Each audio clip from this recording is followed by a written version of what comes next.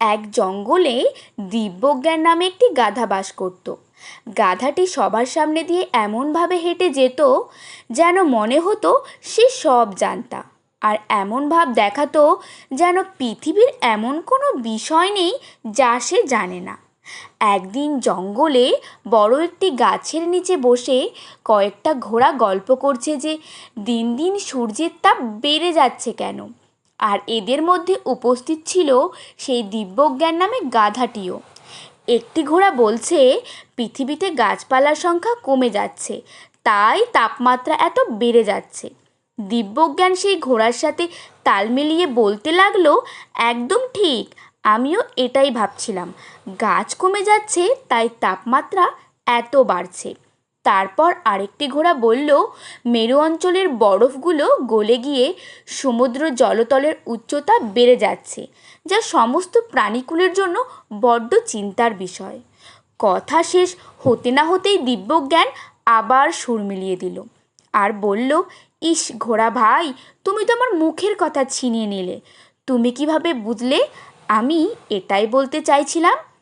এরপর আরেকটি ঘোড়া বলল, এখন গাছের সংখ্যা কমে গেছে বলে পৃথিবীতে বৃষ্টির পরিমাণও কমে গেছে। বৃষ্টি না হওয়ায় ডোবাগুলিতে কাদা ছাড়া আর কিছুই নেই, আর এই কারণে আমাদের জল খাওয়ার জন্য অনেকটা দূর সেই ঝর্ণার কাছে যেতে হয়। আর সেই ঝর্ণার জল। ঘোড়ার কথাটি শেষ না হতে হতেই গাধাটি বলতে লাগলো, একদম ঠিক বলেছ ভাই, আমিও তোমাদেরকে এটাই বলতে যাচ্ছিলাম যে গাছের কারণেই বৃষ্টি কম হচ্ছে, আর তাই জল নেই ডোবাগুলোতে। ঘোড়াগুলো কিছু বলে না, তারা কিছুক্ষণ চুপ করে যায়। কিছুক্ষণ পর একটি ঘোড়া গাধাটিকে বলল, আচ্ছা দিব্যজ্ঞান ভাই, তুমি তো দেখছি অনেক কিছুই জানো। গাধাটি তখন গর্বের সাথে উত্তর দিল, সে আর বলতে, তোমরা কি নতুন করে চিনছ নাকি আমাকে?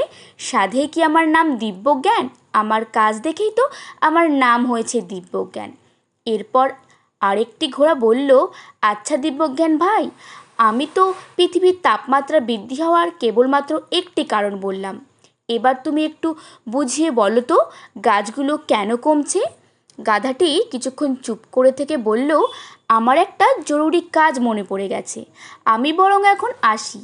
আর যেহেতু তোমরা জানতে চাইলে গাছ কমে যাচ্ছে কেন, সেই কারণটা বিশ্লেষণ করতে গেলে রাত হয়ে যাবে, কিন্তু আমার হাতে আজ আর অত সময় নেই, আমি বরং আজ আসি।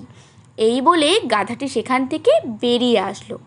বন্ধুরা, এই দিব্যজ্ঞানের মতো কিছু মানুষ থাকে আমাদের পাশে, যাদেরকে আমরা কখনোই কথাতে হারাতে পারি না, কারণ তারা যেভাবেই হোক নিজেকে সর্বসেরা প্রমাণিত করার চেষ্টা করবেই।